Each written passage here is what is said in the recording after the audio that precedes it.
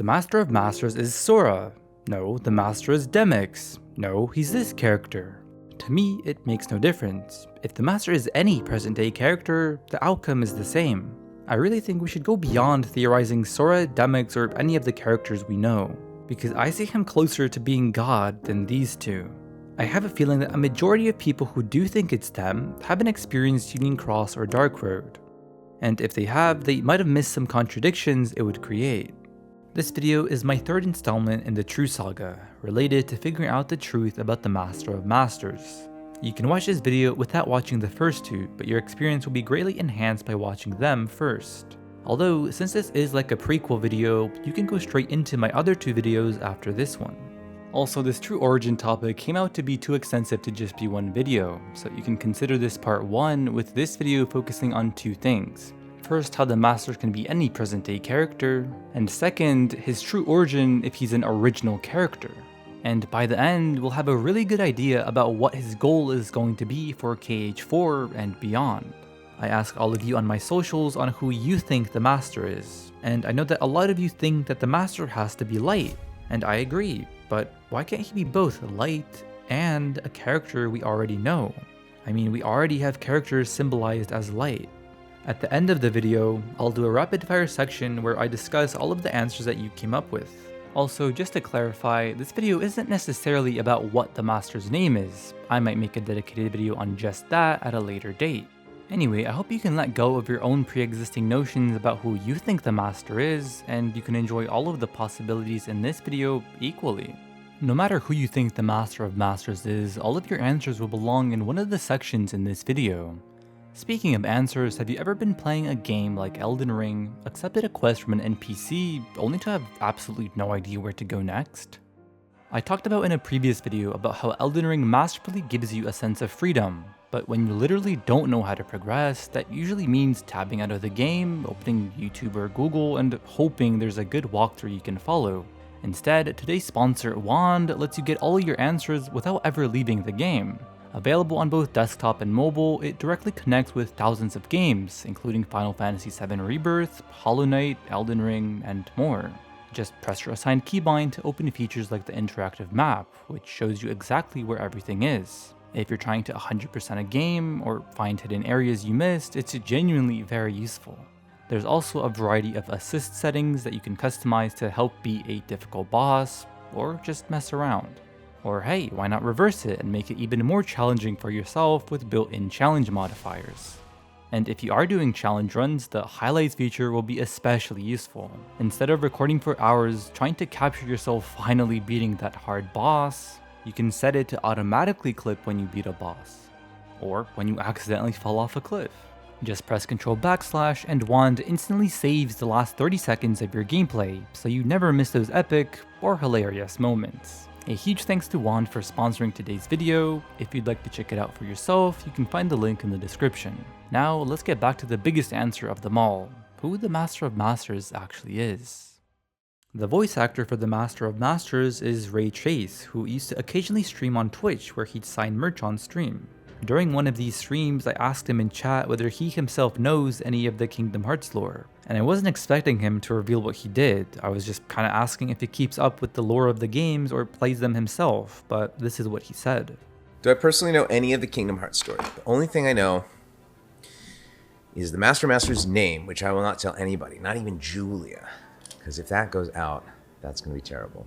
I got to say it for Kingdom Hearts 3, for when he says what his name is, and then they cut it out. And that's the only thing I know.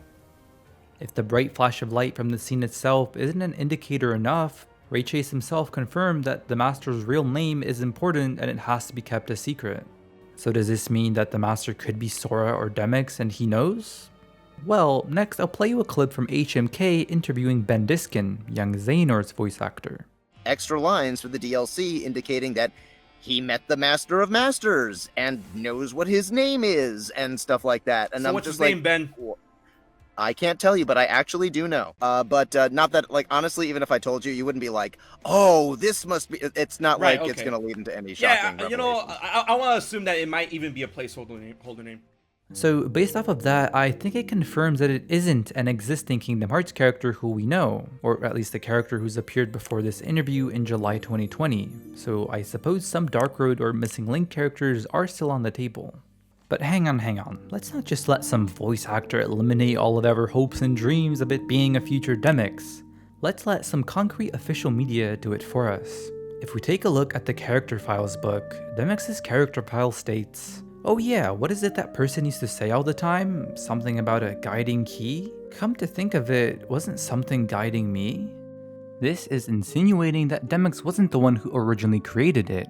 But who did he hear keep saying it? Who knows? I mean, in the present, there are only a few options. Yen Sid, who there's no indication he's met, and Xehanort, who only seems to mutter the phrase to himself. Xemnas hints that Demyx has an ancient Keyblade legacy, so it's plausible to believe that Demyx would have appeared during Missing Link. We know that people during that era do drop that phrase around, so it's likely that he just simply heard it from there. Another supporting evidence to prove that the Master isn't a character we already know is this scene from Remind. It takes place sometime during early KH3. When referring to the Master of Masters, he says, "I never learned who he was, and perhaps I never will." This line never made any sense to me, since clearly the Master told him his name. Xehanort seemed shocked, like if that name has some significance to him. But then, many years later, he acts like he never learned who he was. One thing that we know for sure is that whatever name the Master did tell him must have no relation to any of the present day characters. Or 75 years later, Xehanort would have simply told everyone, wouldn't he? And if the Master did tell him a name like Sora or Demyx, he hasn't even met Sora or Demyx yet, or at least he definitely doesn't have any memories of them. Someone who he does have memories of is Whoa, that's a surprise, so that'll be important in a future video. Anyways, if he did mention someone who he doesn't know yet, like Sora, he'd just stare blankly at him like, okay. Also, after telling him he's Sora, he wouldn't need to clarify that he's a lost master, because Sora or Demyx shouldn't have any relevance to being a lost master. But since he does clarify that he's a lost master, whatever name he does give him, it can't just be a typical name like Jack or Theodore, but it clearly has to be one with some sort of meaning to Xehanort, like the name Snef. But also, I guess it's not even guaranteed that he told him his real name in order to continue manipulating him. Which brings us to the first main possibility of who the Master could be and their true origin. Just because the Master's name might not be one we recognize doesn't mean the character can't look like a character we know. Option 1, the loop theory. Hey, Mr. Master, some guy claims to know everything about you. Yeah, sure. He probably just thinks I'm Demyx. Or worse, Sora from the future. I still can't get over that one. It's easy to say, oh yeah, the Master of Masters is just Sora from the future, or oh yeah, it's a Demyx from the future. Here's the thing, the main reason why people think it's Demyx are because of their similar laid-back personalities, especially with them hating work. And yeah, their poses and mannerisms are very similar too, but just because their personalities match doesn't mean it would be a satisfying revelation. In Sora's case, there are also a number of similar poses. Now, I can't deny these similarities, so let's think about what it would have to mean if it is Sora, or Demyx, or really any character we know if at some point they time travel back to become the Master. For them to be able to do this, they need a waypoint to determine their destination. In Union Cross, the Master mentions that the book contains a waypoint for him. He also says that what matters is the point in which the book was written and how to get there. I've already discussed in my Book of Prophecies video that it's a little bit of a mistranslation, as it might lead you to believe that it means that the book was written in the future, which isn't implied in the original Japanese version. But now I've also realized that this kinda supports my theory that the Master created a time loop for himself where he'd be able to infinitely keep using the book as a waypoint in order to keep restarting over and over again until he achieves his desired outcome. The Book of Prophecies being the waypoint is the solution. But there's more. When watching this scene, everyone was under the impression that this direct line from A to B meant that the Master would have a line from Union Cross to KH4, but we never see the Master time traveling. And in fact, we see him walking around the corridors of darkness in Dark Road, and then we see him in the KH3 secret ending, so I don't think he necessarily time traveled at all, or at least not in the traditional way. If I'm right about what's inside the black box, he can use the Book of Prophecies as his perfect waypoint to travel back in time with. This is one of the reasons why the book needed to be kept inside the box and never opened, so he could use it as a waypoint to time travel back to when he first put it inside the box. Ideally, he'd want his body restored too, right? Well, he spells out who has memories of him and what his medium is. In this case, all of the requirements would be fulfilled as a paradox. He only meets the requirements because after time traveling back, he orchestrates all of them for himself.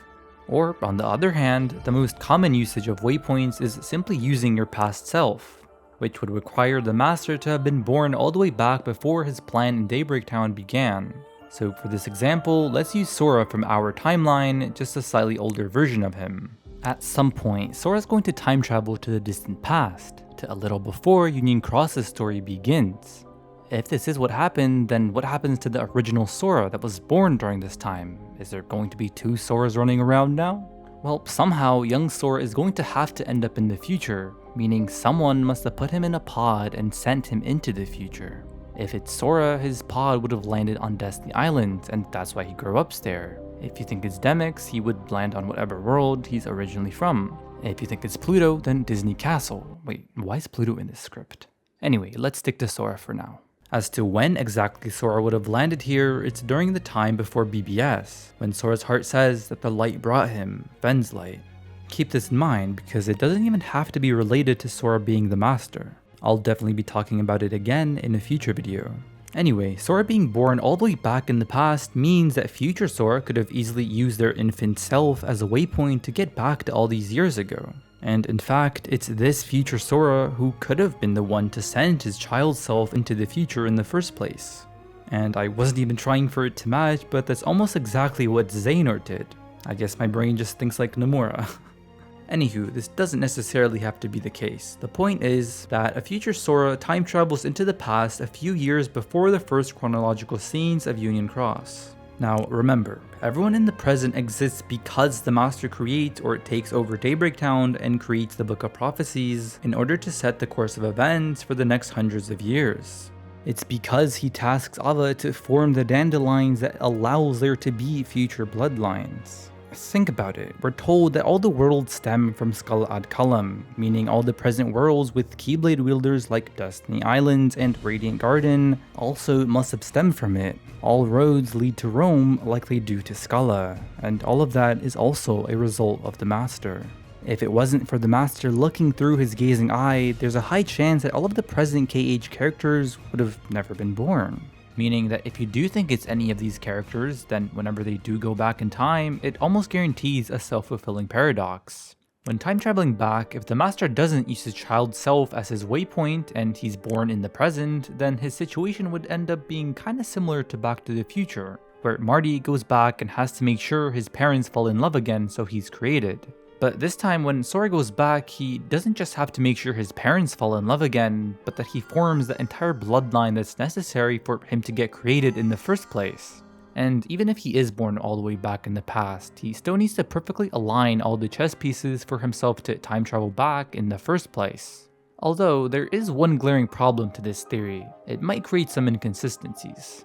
Whether you think it's Sora, Demyx, or I don't know, Axel. When he's walking through the lanes between and notices Xehanort, he should instantly recognize him. But all he does is calls him the Singularity. So here's the caveat, the only way for this to make sense is for him to have lost his memory at some point. Meaning he doesn't remember Xehanort, he doesn't remember any of KH1, 2, or 3. During each Kingdom Hearts opening, what if it isn't our Sora talking, but Sora reflecting on his journey after time traveling back to become the Master? A scattered dream that's like a far-off memory. A far-off memory that's like a scattered dream. I want to line the pieces up. Yours and mine. What if this is him telling us that he wants to line the pieces of the timeline he's already lived? He wants to line the pieces for himself and his past self that he doesn't remember. For KH3's monologue, the Ultimania confirms that these lines are a reflection of Sora's mental state after the game ends, and the imagery seems to perfectly match with the good ending of Remind. And within that same ending, they completely recontextualize the KH1 opening lines, so I'm sure there's more to the KH3 lines too. Something that likely has to do with Yozora. cut you loose from all you know. But if it's your fate, then every step forward will always be a step closer to home. Even if the Master isn't Sora, this means that no matter what Sora does, the path that the Master set him on will always guide him, as long as his heart is his guiding key. Hint hint, Sora following his heart is exactly what the Master wants. Now, here's the thing. From my perspective, if Sora does lose his memory after time traveling back, then what's even the point of it being Sora, or any character we know? Just for the reveal that it's someone who looks like a character we know? Just for shock value? I think the Master has potential for a much more interesting origin story. Although, I guess it would be kinda cool that even without any memories or future knowledge, he would end up creating the exact timeline he grew up in, without realizing he grew up in it. It's almost again like his heart became his guiding key. And I'll mention an interesting parallel that this has a chance to create during my next proposal. We know that even if we don't remember time traveling, our path becomes etched in our hearts. But I mean, if he did use the eye to see into the future, wouldn't he see himself grow up in that future? Let's stick to it being Sora for now. If it isn't an exact loop situation like Ansem, there's also a popular theory that the Master is Sora from the timeline that we see losing against the darkness in KH3. So his big initial goal is to prevent this outcome. Which, I mean, since he'd have to lose his memory, no, this can't actually be his motivation. But I suppose when trying to piece together the future timeline later, the one change that he'd impose would be to change this outcome. Alright, so if the Master's motivations don't come from something that happened in the present, then I'll propose my final mixed version of this first proposal. This would again be any character who we know in the present time traveling back to become the Master. Although if I want to be realistic, I suppose I'd have to immediately eliminate a lot of characters for being too old. The Master tells Lushu that there was a Keyblade War when he was a boy, right? And no, it's not the one from BBS or KH3. It was a war where there were other Keyblade wielders, but they don't really count. If you remember, we keep getting told about a Keyblade War between True Light and True Darkness that we haven't seen. About a war where the Keyblade was forged and later shattered into 7 pieces of light and 13 of darkness. This event had to have taken place before Union Cross, so the Master had to have been part of it. So how can the Master be Sora or anyone from the future if he was supposed to partake in this war? Well, it's surprisingly simple. A lot of people want the Master, myself included, to be an original character, but even if he isn't, he can still have a completely new backstory. If we continue using Sora for our example, when this future Sora time travels back in time, what if he landed right before or in the middle of the original Keyblade War? Him time traveling back means he'll essentially gain a new identity and begin a new life. It's here in the past that he gains a new hatred for darkness in order to create his big plan. I'll go over what this catalyst could be in my next proposal, but I mean, I'm sure we can all imagine it's related to darkness. Now the events described in my first 2 videos would play out and we'd get to Kingdom Hearts 4. My next proposal is similar to the first, but with a clear difference. It can still be any character we see here, so I'll just continue using Sora as an example. But this time, it isn't the Sora who we know or a future version of him, but Sora from another timeline. Now yes, I've seen people theorize that, oh, it's just Sora from an alternate dimension, but I haven't seen anyone actually think about how that would work. First off, as you know if you watch my time travel video, Kingdom Hearts is a series with just one timeline. If there are any alterations made to the timeline, they're just embedded onto it and overwritten. What we do have are multiple world lines, which you can kind of think of as meaning the same thing, but multiple world lines are still part of the same timeline. And this isn't just a thing Kingdom Hearts invented, but an actual concept in physics. I like thinking about Kingdom Hearts' story as a literal storybook, like an actual book of prophecies written in quadratum. So another world line would essentially be another storybook. So I suppose a timeline in this case would be a library, where both storybooks, both world lines coexist. When Sora rewrites the story in KH3, he creates a contradictory world line within the same timeline. So a contradictory book within the same library. When Sora does this, it moves everyone into a new world line. So now that we have a base for how world lines work, for option 2, again, what if the Master of Masters is Sora or any character from another world line, from a different set of events, the original set of events? This way his experiences and backstory is completely different to our Sora, and therefore when he tells Xehanort his name, it's a different name that isn't Sora. So if you don't like the Master being Sora, this proposal works just as well with him being an original character. In the Master's original timeline, he would have likely tried escaping a tragic life involving darkness.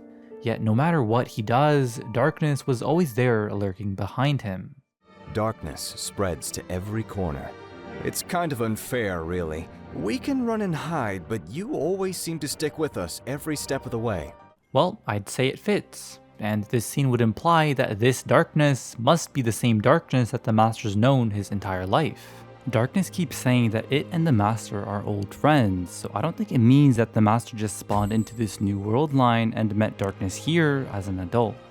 In the Master's original world line, the Master must have already had a tragic relation with Darkness. Then when he managed to move world lines, Darkness must have followed him, and kept following him wherever he goes. Aside from everything I already mentioned, my main evidence that the Master is from another world line is this conversation with Darkness. So you came to this world just to end it?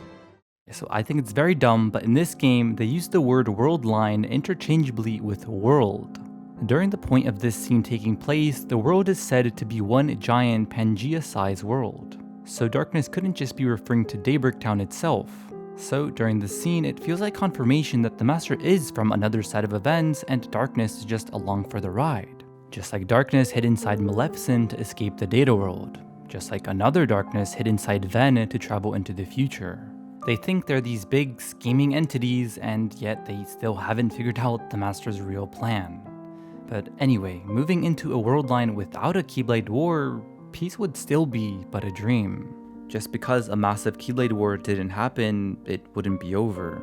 So the Master is left with no other choice but to escape to a world where neither light nor darkness rules, to unreality. However, near the end of me writing this script, the Kingdom Hearts 4 trailers showed us that darkness continued to follow everyone to this new world, so it wasn't a world free from darkness like the Master had envisioned. Or on the other hand, was flooding it with darkness his plan all along?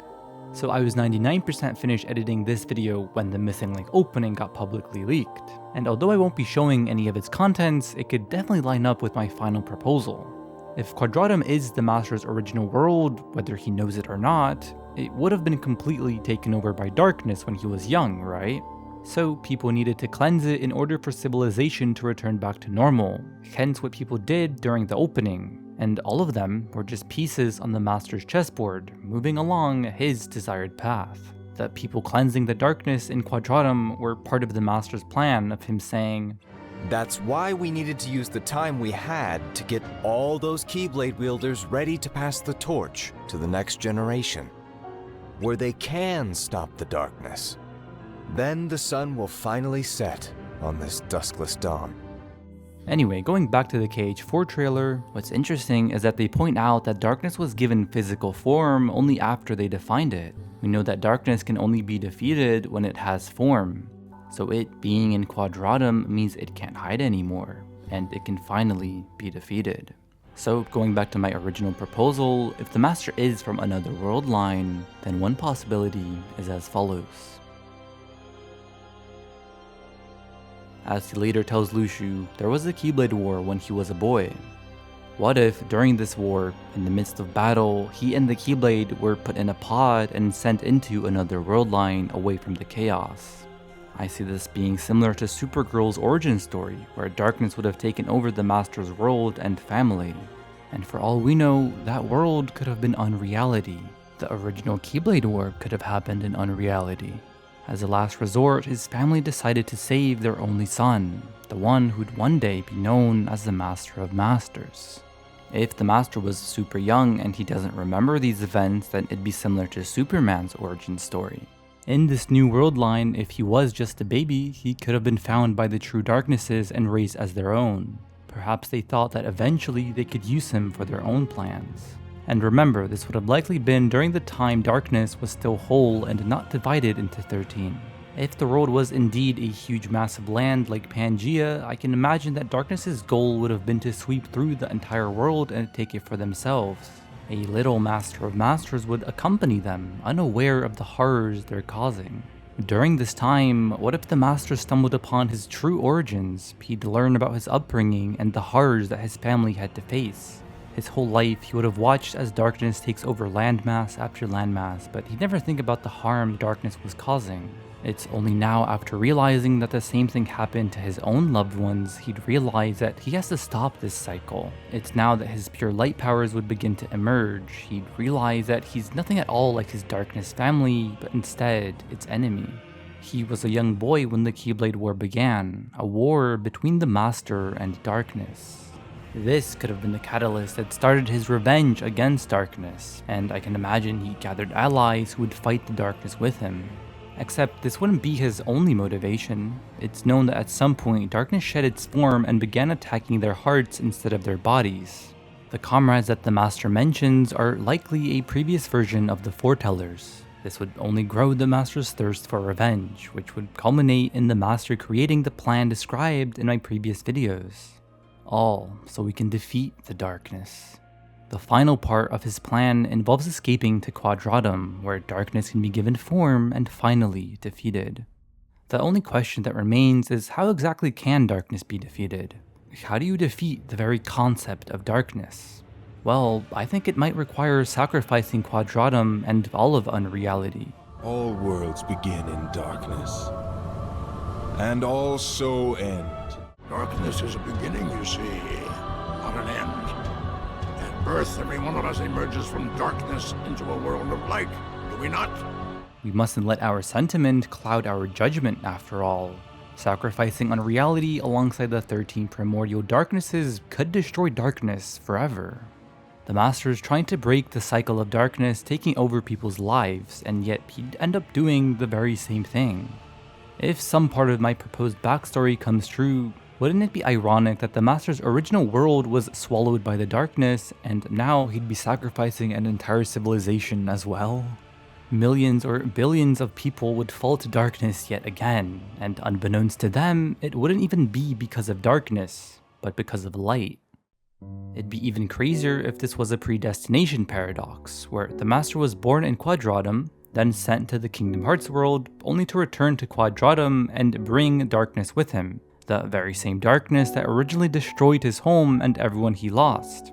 He dreamed of returning back to the world in which he initially came from, only to be the one who caused all of this suffering for himself. After all, the closer you get to the light, the greater your shadow becomes. The Master would become exactly what he vowed to destroy, and I think that's very poetic. Now notice how this proposed backstory could work with the character we know, but also doesn't have to. That's why I don't think it matters if the Master is someone we know or isn't. Again, sure, it might get a gasp at us during the reveal, but in the end, I really don't think it matters. But you know what? What if the point that they're trying to create is to make a parallel between a character we know and this other version of them? What if they want to show us that it's who we interact with that shapes our hearts? That the Master of Masters gained one line of thinking, one perspective, but the same character in our world line can have a completely different perspective. And our version of the character challenges the Master's viewpoint. This has a chance to create a very interesting exchange of perspectives. And it would line up with one of the themes that Versus 13 wanted the player to think about. There is no good or bad, but thinking makes it so. Not light nor darkness. Just because the Master wants to eliminate darkness, and darkness has caused a lot of bad in the world, it doesn't mean he should be praised for it. I've already mentioned the irony with Quadratum, but it's even more ironic that all the darkness that the characters in the present have faced, like Riku, Terra, and Xehanort succumbing to the darkness, wasn't just a result of darkness, but the result of the Master's plan. The Master's plan. All for darkness. All of their suffering was a necessary sacrifice. Just to be concise and to mention every possibility, there's also the chance that the Master's identity is similar to Lushu, where the Master's entire backstory simply takes place before Union Cross without any world line jumping or time traveling back to become the Master. Lushu just body hopped vessel after vessel and then eventually just hid his identity from everyone. The Master could have either time traveled forward or used a corridor of darkness to traverse into the future, and he could be hiding, concealing his identity from everyone. If this is the case, then yeah, I suppose Demyx would be the prime candidate. He says he can be really imposing, but only when he wants to be. But as I've already gone over earlier, it can't be Demyx. Luxord is another choice, but I think he's going to have his own new interesting character arc that has to do with Yozora and possibly Sigurd, so I don't think they're setting up for him to become the Master. I'm just curious if in the end he'll be on our side or the Master's. Lushu and Luxord weren't exchanging any information in their remind scene, so if Lushu's still on the Master's side, Luxord definitely won't be. But speaking of Lushu, there's also some people who think Lushu becomes the Master. And while that's a very cool concept, I don't think that's what they're going to do. I'm sure that we're going to see Lushu pop up in the next KH4 trailer, and in my eyes, Xigbar has developed such a recognizable personality that I don't see him getting replaced in favor of another vessel. Anyway, since there's a bunch of new possibilities to propose, it looks like it's time for our rapid fire section. Walt Disney. First off, we already have Yen Sid. I don't think we need more Disneys going around. And secondly, they would never in a million years let the new main antagonist share a name with the founder of Disney. They're just not allowing that. Although, I think it'd be really interesting if it turned out that Yen Sid is actually Odin's son or grandson. But again, I don't think Disney would ever approve of that. Pluto. Nobody Dax, you can take that Pluto hat off, cause Pluto is not the Master of Masters. However, all of these ex machinas involved with Pluto entering random corridors of darkness and appearing exactly where he needed to be is suspicious. It's almost like fate guided him where he needed to go. It's like someone carefully placed these corridors to lead Pluto onto his destined road. And therefore he led other characters to where they needed to go. If Missing Link ever gets a console version, I fully expect some of the missions to involve placing these portals for Pluto. Elrena. A lot of you will be surprised because someone's come up with a very elaborate theory on how Elrena can be both the Master of Masters and Sora's mom. Oh, so cute. But behind this little face, you do awful things. Now, I'm not the one responsible for coming up with this one. Full credit goes to someone who you may know as TG Raijin. I'm just a messenger that's trying to break through the darkness and present to you this possibility, because when talking about the Master of Masters, we have to consider every possibility. Now, I can't possibly go into all of the details about this, but I just wanted to share some of the main points. This whole proposal would end up being similar to my third proposal, where her backstory comes from before Union Cross and she's concealing her identity and lying about her true origin.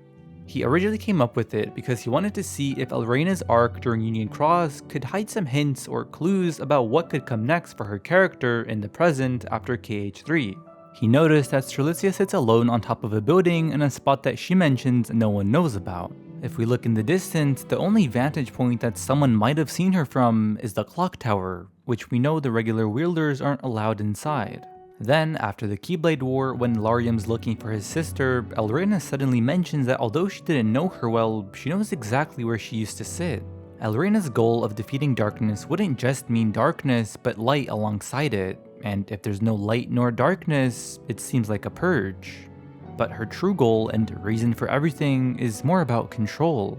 Control over all the chess pieces within her genius plan. And this true goal and yearning for power would stem from originally being an older video game character who's trying to take over the Kingdom Hearts world and video game out of jealousy, a la Turbo from Wreck-It Ralph. You see, from this perspective, all of the Kingdom Hearts characters are direct metaphors for Disney characters. Sora's Pinocchio and Titus. Elrena can be paired up with Larium, as I'll discuss later, and they can be paired up with a number of Disney characters, including Geppetto and the Blue Fairy.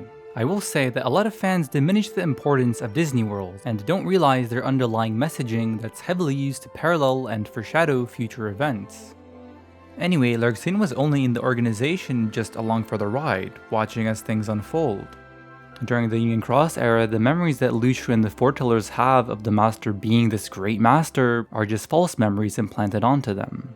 Now, all of that might sound a little jarring, but wait, there's more. If we go into no-clip mode within Sora's room, there's this drawing of what appears to be Sora with someone with blonde hair and with pink hair. these two being Sora's parents. Now, the creator of this theory has a lot more details as to why exactly they're his parents, but I won't discuss those today.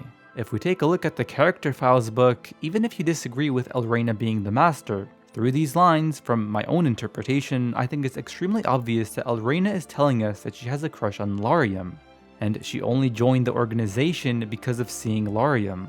This is the secret that she tells Sora about. My secret. Or what if I have it all wrong, and this is actually her revealing to us that they're indeed married? In her direct Japanese translation of her character file, she says she'll take her real goals to her grave. You know, like the afterlife, quadratum. You might have questions about this, and I can assure you they have the answers. Why does she have a masculine voice if she's a girl? Well, she has the powers of transfiguration, which in my own eyes could relate to my own theories about the master being from unreality. He self-inserted himself into this tale, either by choice or by force. The master isn't supposed to be in this picture, but in any case, now that they're here, they can become any of the characters they want to be. After all, we create reality and shape who we are. Don't let your dreams be fantasy. If you can imagine a world, believe in it and dive in. Anyway, speaking about Sora's mom, I wasn't expecting to get so many answers that you think it's her. I do have some notes jotted down about my own possibilities of one of Sora's parents being the Master of Masters, but I'll have to save those for another video. Yozora.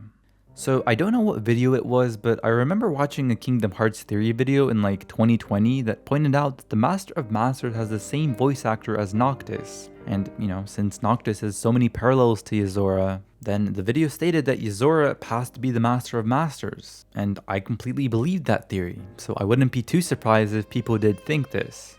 But also, Yozora can steal your Keyblade, and the Master is shown to be able to do the same thing in Dark Road.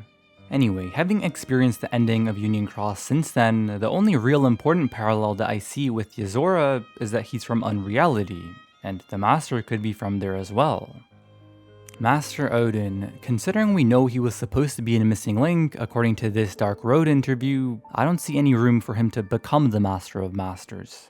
He says the line, "Destiny can be so cruel," so clearly he's not the one in control over destiny. But also, I can completely eliminate this Odin theory due to the aforementioned Dark Road interview. Nomura stated that naturally, Master Odin also had a master to mentor him.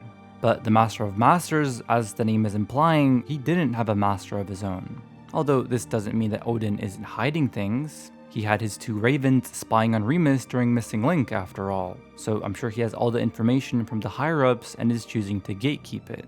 I also don't think he simply settled down in some cozy little world as he tells Ericus, but I have a feeling he went off to explore the new world, and we'll see him during KH4.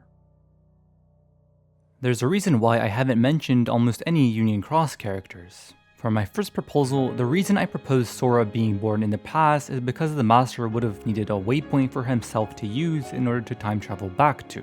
But the Union Cross characters are all presumably born in the past, so if the Master is one of these characters, it wouldn't be that much of a stretch to say that the Master could have easily used them as a waypoint for either time traveling or crossing world lines. For my second proposal, if the Master is from Unreality, the time system over there definitely works differently than in ours. I think the Master could have been born at any point in Unreality, and when he would have landed in the Kingdom Hearts reality, he would have always ended up at the beginning of the storybook. But if he isn't from Unreality, then him as a character would have needed to have been born during the Union Cross era, because when he would have crossed over to our world line, that's when he would have ended up. Or maybe he didn't cross over into our set of events at all. Maybe he simply overwrote his original childhood and created this new set of events that would become the new world line, similar to what Sora does. However, I must say that I haven't actually talked about my two prime candidates for who the Master could be, and they're these two characters. But that's a story for another day. I hope you enjoyed this video. It might have been the longest amount of time I spent working on a script so far, and I guess technically I started it when I was making my Everything Ends video, but then I decided to split that video, and now this is part 3, so I guess it would be kind of fitting to have 7 videos within the true saga. And here's the thing, I feel like there's still tons to cover about the Master. There's so many hints and clues that could tie into his character that I haven't even seen mentioned anywhere. Like, why does no one question this graveyard in Daybreak Town? And no, this isn't the one from Dark Road, but this graveyard appeared during a Union Cross event. Is it a real graveyard, or is it just set dressing to make it look like Daybreak Town's been here for hundreds of years? Honestly, I've gotten a little burnt out on making so many notes about the Master of Masters for like over half a year, so don't expect another giant video exclusively about him for the next few months. Although I do really like him as a character, and I'm thinking of doing a video on why he's already my favorite villain in all of media. I hope we can all look forward to D23 and embrace whatever it brings. Even if we don't get any new Kingdom Hearts reveals, if everything goes to plan, my next video will be premiering during that same weekend. Again, a huge thank you to Wand for sponsoring this video. Be sure to use my link in the description or pinned comment if you're interested. And of course, a massive thank you to all of my patrons and YouTube members who've joined since my last full-length video in April. If I don't make a full-length video when you become a member, I'll always mention you in the following video. Also, let's give a congratulations to our Keyblade Masters, Mew Mew Power Girl, Darcy, Cody Anderson, Zolkars, Sean, and Nichtledo. May your heart be your guiding key. Let's hope the Master's manipulations are in your favor.